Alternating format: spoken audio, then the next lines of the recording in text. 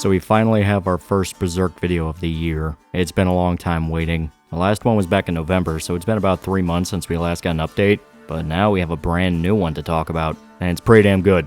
I would say it's pretty fucking good. Last we left off, the party was staying at the Kushan capital after running into Salat and his Bakiraka. They were taken prisoner, but then the Kushans admitted to them that they planned on conscripting the refugees into their army, since you have the Elfhelm refugees, which are extremely powerful mages. They plan on waging war against Griffith, so they need them. The Kushans even called a war council between all the various tribe leaders in order to organize the campaign. During the council, it's revealed that Roxas infiltrated the meeting, the demonic assassin that is working for Griffith, possessing the body of one of the tribe leaders and trying to incite chaos, before just dropping all pretense and killing everyone in sight. Not only that, but the realms of the world seem to shift with his presence, summoning a horde of monsters into the city, which go on a total rampage. With everyone split apart and a city flooded with monsters, it seems like things went from bad to worse. But this new chapter has an interesting turn of events. Now, there were more than a few questions that popped up with the last chapter. Mainly that it seems like the plan to sabotage the council could have been spearheaded by one of the God Hand themselves.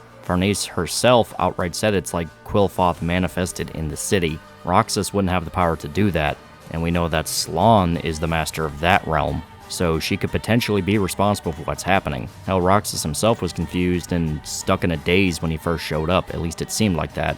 Like he wasn't in control of his body and only seemed to realize what was happening after they started to attack him. He confirms that Rickard did kill him during the escape from Falconia, so he was somehow brought back from the dead and brought to the Kushan capital. Once again, hinting that maybe a God Hand could be the one that did this. Well, we've never actually seen a God Hand display the power to just resurrect a dead apostle. I mean, Guts killed plenty of them, and at most they showed mild interest he was able to do it. Maybe they could always do that and they just didn't feel like it, or maybe their powers increased with the merging of the realms. We don't know. Not even the characters. Not even Roxas himself. And that won't change until later chapters. Still, this chapter is going to flesh out more of the actual battle itself, and it has some pretty standout moments that really show Studio Gaga is getting closer to replicating Miura's art style on every level. So let's stop teasing and get into it.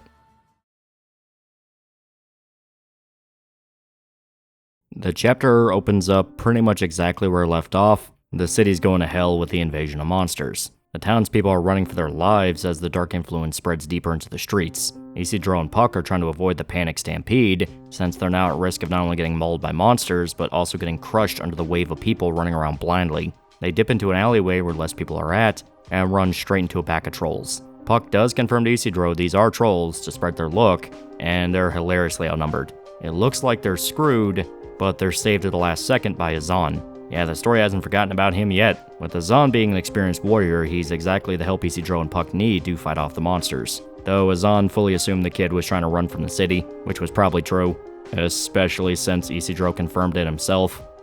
You little shit. The crowd notices the three are fighting off the trolls, and Isidro orders them to get away and into safety. So it seems like the situation there is kind of clearing up, at least as much as it could. Back at the castle, the issue of the elephants are still a problem, driven crazy and stomping the soldiers around them into paste. Roxas is arrogant about his prospects, surrounded by the elephants that will kill anyone who gets too close. Not only that, but their escape route is sealed off by the chaos as well. They're stuck in the building with Roxas. Despite this, Salat isn't shaken. Instead, he tells Daiba to broadcast out a message with telepathy, not just for everyone in the castle, but the entire city. As Daiba prepares the spell, a legion of trolls manifest inside, but just as they attack, Salat's message goes out. He calls out to every citizen, anyone that could hear him. Every party in the city, from the mage students to the seahorse crew, everyone's given the same words. The city is under attack by Griffith, yes, but the Kushans are a people of war. They can fight, and they can win.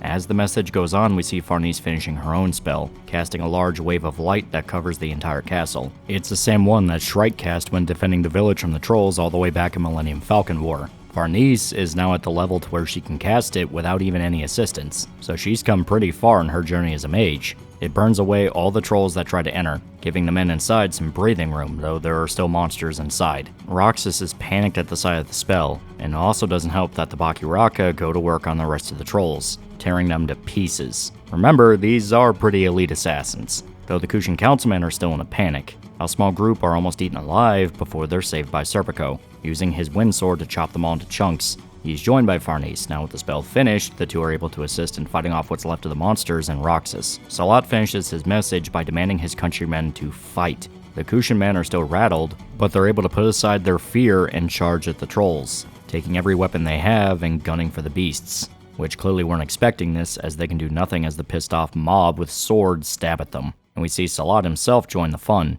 using his blades to tear through a horde single-handed. Yeah, these last few chapters have been selling Salat pretty hard, and I'm 100% for it. This guy's fucking awesome. He's still giving his speech as he fights too. Yeah, they go out of their way to make the guy as badass as possible. He's earned it, I'd say. We also see that Daiba was able to take back control of the elephants, even using them to try to crush Roxas. Now it's just the demon assassin all on his own, and Salat wants his rematch, going straight for a shot to the head and stabbing his mask. He manages to impale Roxas and even goes for a decapitation, but he vanishes, sinking into the black ooze that's spreading around. He's trying to escape again, but Salat isn't letting him go that easy, chasing after him even as his guys call out for him, because it might be a trap. Still, Salat recognizes the route Roxas is taking. It's a very bad one, an extremely bad one. Roxas kills his way through the castle, weaving through as the guards are busy with the trolls, since the light of the spell burns him. It seems the ward also does affect demons as well. He needs somewhere dark, and he finds the perfect spot. He can sense a brand of sacrifice nearby. It just so happens to be in the darkest part of the castle.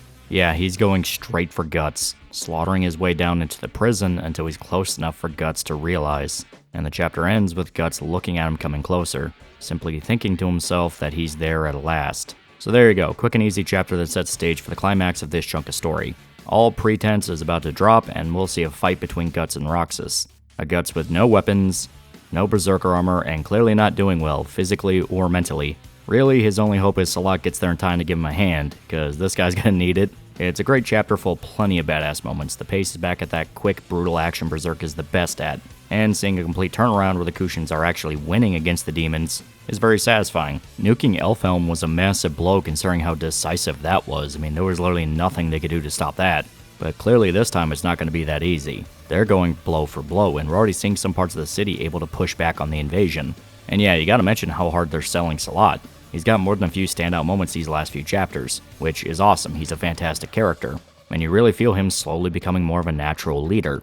And I do like seeing differences in power levels here. First time we saw the trolls, they were able to push through the village like a sandstorm, just killing and destroying everything in sight. But now they're fighting an enemy that knows how to fight, so it's more like pockets of skirmishes. The humans are learning how to kill them, and some already have experience with fighting magical creatures. It's really showing the Kushans are going to be a pretty powerful faction come the endgame, especially once they learn more about the way these creatures work, and the Elfhelm mages regain their power. It's building up to a pretty massive scale finale. Hopefully the next chapter isn't too far off. Supposedly it's going to be the next issue of Young Animals, so that's pretty hype. Not only that, but apparently Studio Gaga is making a digital version of Berserk for free for like 48 hours this weekend, meaning if you want to read it officially, here's your chance. It's on the Young Animal website, so I'm not sure if this applies to any English version, but I mean, if you can read Japanese, you should be good.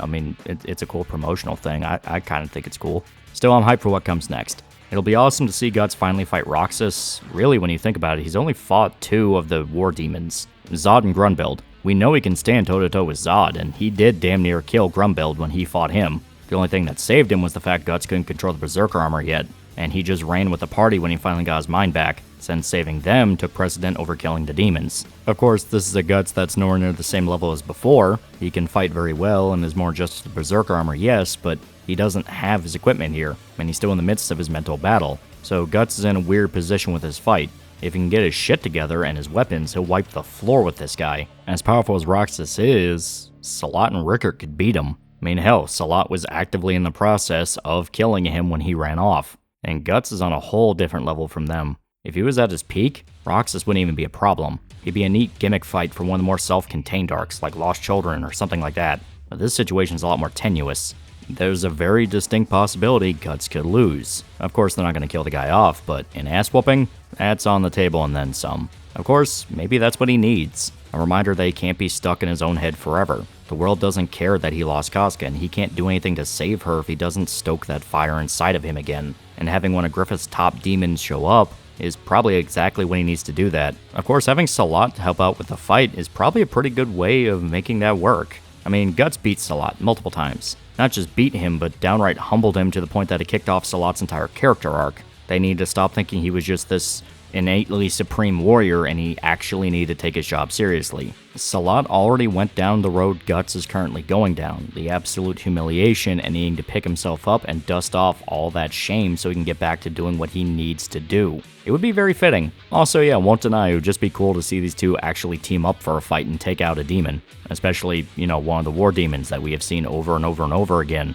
This has been a long time coming fight. It would be really, really hyped for this to happen. I'm hoping the next chapter is a full balls-to-the-wall battle between these two. It'll be great. Of course, we could also have a perspective shift. It's always possible we could jump to Falconia. It has felt pretty long since we've had one of those, but we won't know until the next chapter drops, which is supposedly in the next 2 weeks. Until then, we'll have this chapter to tide us over, and it's pretty damn fun. Tons of great action and a setup for Guts coming back to his old ways, and I can't wait for it. Hopefully this year will be a good one for Berserk fans, and we get chapters aplenty.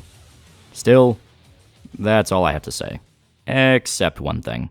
Gamer subs, use code TAL at checkout. Use the code. Use the code. Use the code or Berserk's going back on hiatus again.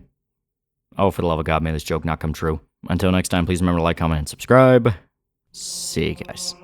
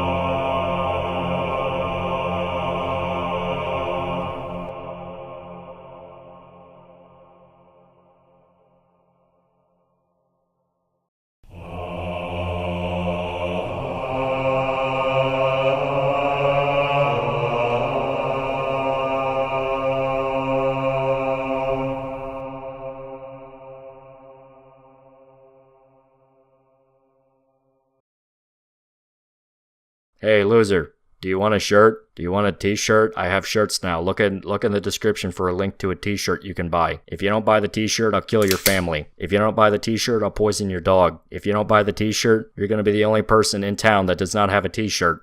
Everyone's going to look at you funny.